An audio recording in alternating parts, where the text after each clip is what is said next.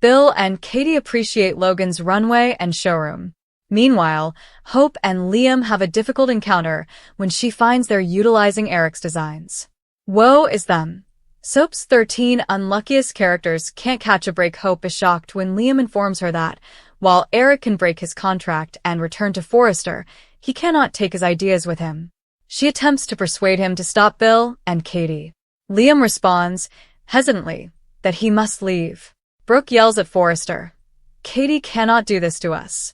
She informs Ridge that Steffi is preparing a press release. Ridge refuses to let them use his father for clickbait. Eric walks in, and they inform him Bill and Katie are using his designs. Eric is shocked when Ridge explains that they intend to inform the world that he produced them. Eric sighs, "Ah, God. What did I do?" He yells that the designs were not ready for public seeing. Katie is going to ruin his reputation. Brooke shakes her head and apologizes for Katie's selfish behavior. On Logan's runway, Bill tells Katie that Eric's designs are hers, purchased and paid for. She cannot let Brooke get into her head. Katie is still concerned that she is being dishonest. Bill emphasizes that the drawings are Logan's property and there is no going back now. The press conference is coming up shortly, and she will be the new fashion star. Katie's phone rings, and it's Brooke. They're all on speakerphone. Eric informs Katie that she cannot exhibit the designs. Bill informs him there's no turning back and disconnects, causing wrath at Forrester, who decides to crash the Logan show. Logan has received all of its guests and buyers. Liam welcomes Ms. Bright and her helper from San Francisco. Liam, Jim, J. Bullock, Morgan, Fairchild, B&B dodging under the curtain. Liam welcomes Katie and Bill, who inform him that they are ready to begin. Spencer tells Katie he loves her as the fashion show begins. Bill makes a dramatic introduction, and Katie takes the stage to address the audience and explain that this is her own initiative independent of Brooke. Finally, someone inquires as to who their designer is. Katie announces, it is the one and only Eric Forrester. The final scene's the statement about Eric shocks the audience, and several refuse to believe it. Bill joins Katie, and they explain that Ridge kicked his father out, and it was his decision to come on board. The teaser begins with models strolling the catwalk in dazzling gowns as Eric, Ridge, and Brooke enter. Liam strikes Bill to warn him. The throng notices Eric, and the press rushes to him. "Are you no longer with Forrester?" As Bill approaches to prevent them from wrecking things, Brooke confronts Katie and complains that she has humiliated Eric. She warns that she will come to regret it. It is war. The tension in Los Angeles had been rising for months, ever since Eric Forrester, the renowned patriarch of Forrester Creations, began discreetly withdrawing from the family business he had established with his own hands. Age had caught up with him in ways no one wanted to accept, but his enthusiasm for design remained unwavering. When he felt overlooked by Ridge and the younger generation at Forrester Creations, he looked for a fresh outlet. That outlet turned out to be Katie Logan Spencer, the Logan family's quieter, more grounded sister, who had always admired Eric's talent from a distance. Katie founded Logan, a new fashion brand with Bill Spencer's financial backing, with the goal of forging its own path in a world dominated by Forrester's legacy. Eric had confidently presented Katie with sketches and thoughts based on late-night inspirations when he couldn't sleep, thinking about textiles and silhouettes that still piqued his interest. He never expected they'd make their debut so quickly or under such intense public scrutiny. He had returned to Forrester Creations, reconnecting with Ridge after a period of separation, convinced that his secret partnership with Katie was safely hidden away as a personal endeavor. But secrets in this circle were rarely kept hidden. The atmosphere at Forrester Creations was tense that Friday morning. Hope Logan, the family's moral compass, had heard murmurs from Liam, who always seemed to know more than he let on about the Spencer side of things. She accosted him in the quiet corridor outside the design office, her voice low and demanding. "Liam, tell me it's not true. Logan is using Eric's designs? My grandfather's work?" Liam shuffled uneasily, avoiding her gaze while saying something about business being business, and Katie deserving her shot. Hope was visibly disappointed. She had always felt that family devotion outweighed ambition, but the lines were blurring quicker than she could redraw them. Meanwhile, Across town at the sleek Logan showroom, preparations for the unveiling were well underway. Models flowed through fittings, lighting were tested on the runway, and Katie stood in the middle of it all, a mix of nerves and determination written across her face. Bill hovered nearby, his arm around her waist, and whispered encouragement. "This is your moment, Katie. You've earned it. Eric gave you those designs because he believed in you." Katie nodded, but a glimmer of doubt passed through her mind.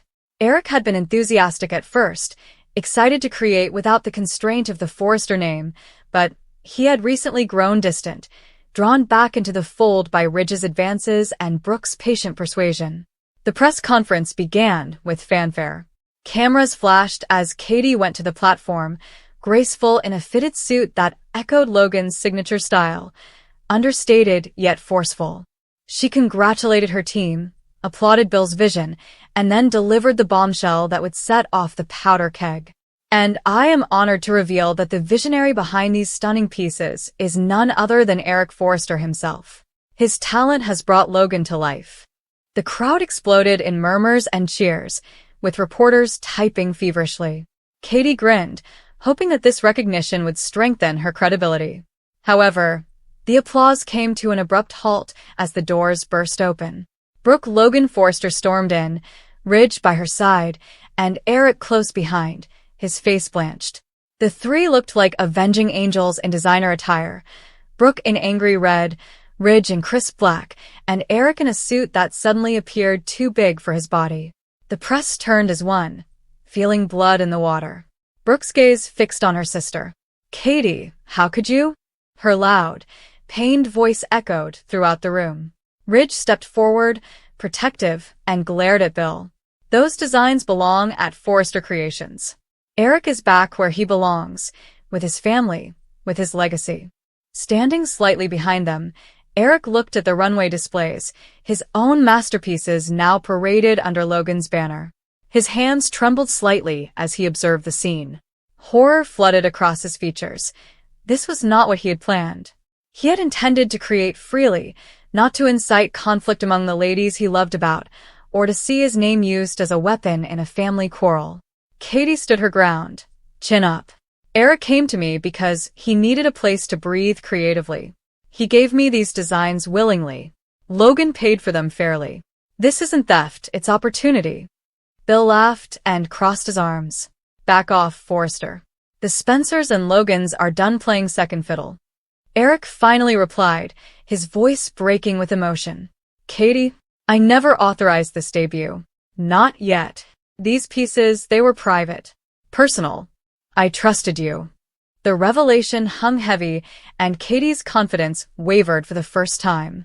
She had pushed on, convinced that the momentum would carry them all, but Eric's distraught countenance wounded deeper than any argument.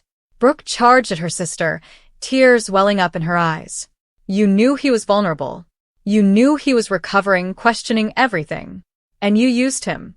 You humiliated him in front of the world, parading his work like it was yours to claim. Heartless. Selfish. You've crossed a line, Katie, and there's no coming back from this." Her words were venomous, laced with years of sibling rivalry that had simmered beneath the surface. Brooke the glamorous center of attention, Katie the overlooked supporter, always in the shadows. Katie's face stiffened. "You're the one who's always taken what she wanted, Brooke. Men spotlight everything. Now I have something of my own, and you can't stand it. Eric chose to work with me. He believed in Logan. If he's horrified now, maybe he should look at why he walked away from his own family in the first place." Ridge intervened with a cold voice. "Enough. Eric, let's go. We can sort this legally if we have to. Those designs are Forrester intellectual property." Eric did not go right away. He glanced between the two sisters, the weight of decades pushing down. He had loved both Logans in different ways, Brooke as the fiery passion of his youth, Katie as the steady comfort of later years. Now they were arguing about his job. The room was buzzing with curiosity as phones recorded every moment. Reporters yelled out questions. "Is this a lawsuit? Eric, are you switching sides again?" Eric finally shook his head, his voice barely above a whisper. "I never wanted this. I just wanted to design. He turned and walked away, leaving the commotion behind. Brooke was not done. She faced Katie one final time, her voice low and vicious. "You think this is over? You've declared open season on my family, on Eric's legacy. Well, consider this war, Katie. I will make sure Logan never sees another successful season if it means protecting what's ours. You've gone too far." With that, she spun on her heel and followed Ridge and Eric out, the doors slamming like a final punctuation. Katie stood motionless on the stage, the runway lights suddenly harsh. Bill put his hand on her shoulder, but she shook it off. The launch continued in a haze. Models strolled, applause erupted, but it felt hollow. Katie's triumph had turned to ashes. She had desired independence, a chance to shine without Brooke's shadow, but she now understood the cost. Sisters who had been through grief, scandals, and shared tragedies were now adversaries. Back at Forrester Creations, Eric sat in the office he had regained, staring at empty sketch pads. The dread lasted, not just from the public exposure, but also from the fracture he had unintentionally inflicted. Ridge tried to console him by pledging legal action to regain the drawings, but Eric dismissed it. "I gave them to her. My mistake was not being clear." Brooke paced, her rage still seething. "She exploited you, Eric. We can't let that stand." As night set on the city, the fashion world murmured about the showdown. Logan versus Forrester was no longer simply business. It was personal. Brooke's pronouncement rang across every headline.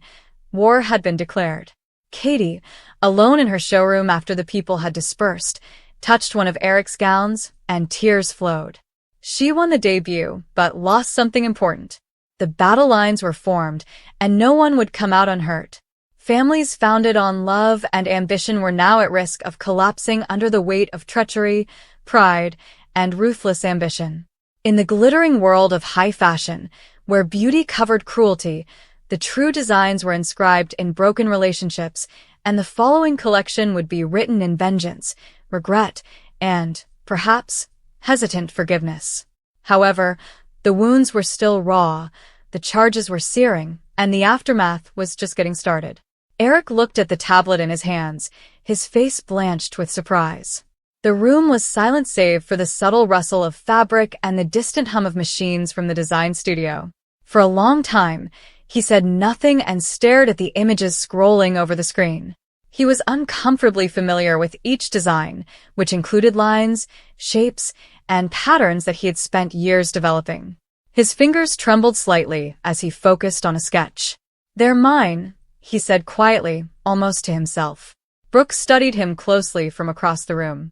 She'd seen Eric unhappy before, but this was different. His expression was one of surprised terror, and it made her stomach tight. "What is it?" she inquired, coming closer. Eric gently lifted his eyes. "Logan," he said with a strained voice. Brooke grimaced as she stated, "He's using these designs." "How are they used?" "He's presenting them as his own." The words hung heavy in the air. Eric has spent years building a fashion heritage that few could match. His creations were iconic, ageless, and uniquely his. Each line had a distinct elegance that set them apart in the industry. To see those ideas surface under someone else's name seemed like a betrayal too profound to express. Brooke grabbed the tablet and began browsing through the photographs herself. They appeared to be fresh notions at first, but when she researched them further, she recognized Eric's impact. "No, not influence. Replication. These are practically identical," she replied quietly. Eric nodded grimly. He changed a seam here and a fabric there. Brooke's eyes were filled with rage as she stated, "But the structure, the vision, it's all mine." "Logan stole from you." Eric sighed deeply and slid into a chair. "I trusted him. I granted him access to my archives. I assumed he valued the work." Brooke placed the tablet on the table with deliberate force. "Respect? That isn't respect. That's theft." Eric scratched his temples, as if attempting to alleviate the gravity of the situation. For decades, he trained designers, believing that creativity should be nurtured rather than hoarded. Logan had once seemed like a potential prospect, admiring Eric's work and eager to learn from it. Now that faith seemed silly. I never imagined he would do something like this, Eric remarked softly. Brooke folded her arms and paced slowly across the room. Her thoughts were already racing with possibilities and outcomes. In the fashion industry, reputation meant everything. If Logan revealed those drawings first, the public could believe Eric was copying him rather than the other way around. And she refused to let that happen. "This cannot stand," she stated forcefully. Eric looked up to her. "What do you mean?" "I mean, we expose him." Eric paused. Brooke persisted, her voice keen with resolve. "You have the original sketches, drafts, and timestamps. Everything. Logan won't be able to refute it." Eric pondered her remarks, but remained apprehensive. "Public accusations can get messy," he warned. "It could turn into a scandal." Brooke paused her pacing and confronted him directly. "Maybe it should be a scandal." Her tone left no space for ambiguity.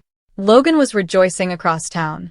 He addressed a gathering of investors and industry insiders in a sophisticated workspace adorned with mannequins and fabric bolts. Eric's recently discovered designs were displayed on a giant screen behind him. "They represent a new direction," Logan declared boldly. "Modern structure with classic elegance." The audience nodded in appreciation. Several folks muttered compliments. Logan smiled, enjoying the attention. He knew the designs were strong. After all, Eric Forrester spent decades perfecting that look. Logan had simply expedited the process. The audience erupted in applause at the end of the lecture. Logan shook hands with investors and took their compliments with cool confidence, masking the knot of fear in his chest. He knew where the designs came from. He also assumed that Eric would never publicly question him. The senior designer treasured his dignity and reputation too much to participate in a messy argument. Logan assumed that. Back in the Forrester office, Brooke had already started making calls. As she spoke with legal counsel and public relations contacts, she maintained a calm but forceful tone. She was more than just angry. She was also strategic. Each step she took was deliberate. Eric observed her from across the room, his eyes filled with both gratitude and concern. "You're moving fast," he commented as she terminated one of the calls. Brooke turned towards him. "Because Logan already has momentum. If we wait, it will be more difficult to stop him." Eric nodded unwillingly. "Still," he replied, "I wish it hadn't come to this." Brooke's face softened slightly. "I know," she replied, "but sometimes people force your hand." Just then, the door opened, and Katie entered. She halted as she noticed the tension in the room. "What is going on?" Brooke shared a short glance with Eric. "There's a problem," Brooke explained. Katie stared between them. "What kind of problem?" Eric handed her the tablet. Katie furrowed her face as she painstakingly went through the photographs. "These are beautiful," she responded at first. Then her eyes widened slightly. "Wait, these look familiar." "They should," Eric replied quietly. Katie looked up sharply and said, "They're mine." "What?" "Logan is presenting them as his own," Brooke explained. Katie gazed at the screen again, visibly surprised. Eric sighed. "That's unbelievable." "Yes, it is." Katie carefully laid the tablet down. "So, what are you planning to do?" Brooke responded instantly. Katie folded her arms carefully. "We're going to stop him." "How?" "By proving the truth." Katie looked between them again, understanding the tension under the surface. She knew Brooke well enough to detect the determination in her eyes. "You're planning something big," Katie remarked hesitantly. Brooke did not refute it. "Logan crossed a line," she explained. "And I'm not letting him get away with it." Katie paused. "Just be careful," she said. "Public battles can spiral out of control," Brooke said with a tiny, humorless smile. Katie groaned. "Sometimes a fight is unavoidable." "All right," she said. "But if this turns into a media circus, don't say I didn't warn you." Brooke held her gaze squarely. Katie observed her sister for a long time before saying, "I'm prepared for that." She could see the fire in Brooke's eyes, the same tenacity that had propelled her past innumerable obstacles over time. But there was something else there. Anger. Deep, personal rage. "What's actually going on here?" Katie asked gently. Brooke tilted her head. What do you mean? This isn't just about Logan, Katie explained. You're taking this very personally. Brooke's expression tightened somewhat. Of course I am. He's destroying Eric's legacy. Katie nodded slowly. Maybe, she replied. But I know you, Brooke. When you go to war like this, there is typically more to it. Brooke did not respond quickly. The silence lasted for several seconds. Finally, she stated, all that matters is protecting Eric and this company. Katie watched her face intently, evidently dubious. But she let it go for now. Fine, she said. Then let's figure out the best way to do that. Eric looked between the two sisters, feeling both appreciative and worried. He hoped the problem would be resolved quietly.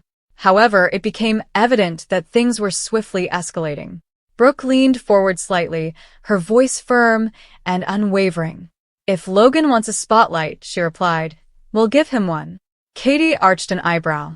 What exactly does that mean? Brooke twisted her lips into a determined smile. It means we have to reveal the truth in front of everyone. Eric sighed gently. So, how do you propose we do that? Brooke grabbed up the tablet and scrolled through the drawings once more. Her eyes glowed with strategy. There's a major industry showcase next week, she explained. Logan intends to debut this collection there. Katie nodded. Brooke looked up and said, yes, I heard about that. Perfect. Eric grimaced slightly. Brooke. However, she was already planning forward. We'll be there, she confirmed. Katie tilted her head suspiciously. And then, Brooke spoke calmly, but with silent wrath. Then we show everyone where those designs really came from. Katie blinked, surprised. Eric leaned back in his chair, understanding that the conflict he had wished to avoid was now unavoidable. Brooke Logan made up her mind. And once Brooke declared war, there was no turning back.